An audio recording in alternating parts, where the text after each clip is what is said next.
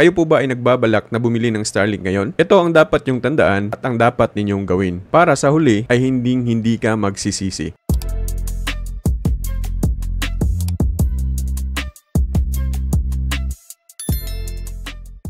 Magandang araw po sa ating lahat mga kaibigan. Muli na naman pong nagbabalik ang inyong lingkod. Sa araw na ito mga kaibigan, bago ho natin ipagpatuloy ang video natin, ay gusto ko lamang pong i-shoutout ang mga kaibigan natin na nagstay sa atin pong pa-member ng pa-shoutout. So akin pong i-shoutout si Mr. Hype, no? Yung kaibigan natin na nagstay at sumuporta po sa atin pong YouTube channel. Maraming pong salamat Mr. Hype. At ganoon din po yung ating kaibigan na si Jel Suelo. Ito yung mga kaibigan natin na matagal din na nagstay sa atin pong YouTube channel. Maraming salamat po Sir Jel Suelo. At ganoon din po mga kaibigan itong si Sir Roberto Sibalyos, no? Wala po siyang YouTube channel. Pero yun nga, nagstay ho sa atin pong YouTube upang sumuporta mga kaibigan sa mga videos ho natin sa YouTube channel ho natin. Salamat po, Sir Roberto Sibalyos. At ganoon din po mga kaibigan, ito pong si Sir Tutong Liarte ay malaking pasalamat ko din po at nagstay po siya sa atin pong pa-member sa pa-shoutout kasi napakalaking tulong ho talaga ang kanila pong ginagawa sa atin. Again, Sir Tutong Liarte, maraming salamat po. At last mga kaibigan, ito pong si Sir Orlando Abarientos. Ito po ay isa sa mga kaibigan natin na matagal na din na nagstay mga kaibigan sa atin pong YouTube channel. Kaya't ako po talaga ay nagpapasalamat sa mga gaya ng taong ito na talagang sinuportahan ng atin pong YouTube channel. Sa lahat po mga kaibigan ng hindi pa po naka-member sa atin pong pa-shoutout, walang problema po yun. Basta ang importante lamang po mga kaibigan, na-share ho ninyo yung video natin, na-like ho ninyo yung video natin, na-hit po ninyo yung notification bell, at nakasubscribe po kayo sa YouTube channel natin. Noong March 7 mga kaibigan, sa taong ito, ay nagsimula po na mag-additional ng fees dun po sa Starlink Residential. Ito yung malaking problema ng mga karamihan na gaya ko na hindi natin alam at nabigla ho tayo sa additional fees. Yun pong tinatawag na congestion fee ay nabigla ho tayo doon. So ngayon mga kaibigan, marami po ang nagtatanong kung ano daw po ang dapat natin gawin para ma-skip natin yung babayaran natin na 5,600 na congestion fee. Pwede ba yun mga kaibigan? Kung tayo po ay plano na residential plan yung ating pipiliin, na mahirap pong maiwasan ang congestion fee na po na yan. Wala ho talaga tayong magagawa kundi bayaran yung congestion fee para ma-push natin yung activation mo sa residential plan. So kung magbabayad ka ng congestion fee na 5,600 ay mag-a-additional pa yung 2,700 na activation fee. So ang total niyan mga kaibigan ay 8,300. Ngayon, bantayan ho natin kasi marami po ang nagsasuggest na ganito ang dapat nating gawin. Kailangan daw natin napiliin ang roaming plan o roam plan mga kaibigan. Pagkatapos nun, i-deactivate daw natin at mag-transfer tayo doon po sa residential plan. Ito po kasi ang delikado mga kaibigan, ano? Halimbawa na lamang po, nasa roaming plan ho tayo, tapos deactivate natin yung roaming plan at nag-transfer ho tayo dun po sa residential plan. Baka po kasi pag nag-activate ho kayo ng inyong residential plan ay mag-a-add pa rin yung 5,600 na congestion fee at mag-a-add din yung activation fee na 2,700. So yung mababayaran mo lahat is 4,100 plus 5,600 at 2,700. Mas mabigat sa bulsa at mas mapapamahal ka pa. Kaya bago mo i-activate ang yung Starlink, kailangan mo munang i-finalize yung pipiliin mong plan. Kung pipiliin nyo naman po ang roaming plan o roam plan, ang babayaran nyo lamang po is 4,100. Wala na pong congestion fee ang roaming plan mga kaibigan. Pero, ang monthly nito is 4,100. At ganoon din naman sa residential plan, mag-a-add ka ng congestion fee at activation fee, pero yung monthly mo next month is 2,700 lamang po. Hindi na po ma-a-add yun pong congestion fee. Kasi one-time payment lamang ho yun mga kaibigan sa pag-activate ho ng inyong mga Starlink. Bakit po natin nasabi na delikado po na from roaming magsiswitch tayo to residential plan? Ganito po kasi ang announcement ng Starlink maibigan last year. Kasi kapag nasa roaming plan ka at nag-switch ka to residential plan, ay hindi na po yun pwede. At kung babasahin natin ngayon, kung tama yung ating interpretasyon, ang sabi ho dito, please note, by switching to a roam plan, you may not be able to change back to residential at your service address. So take note mga kaibigan,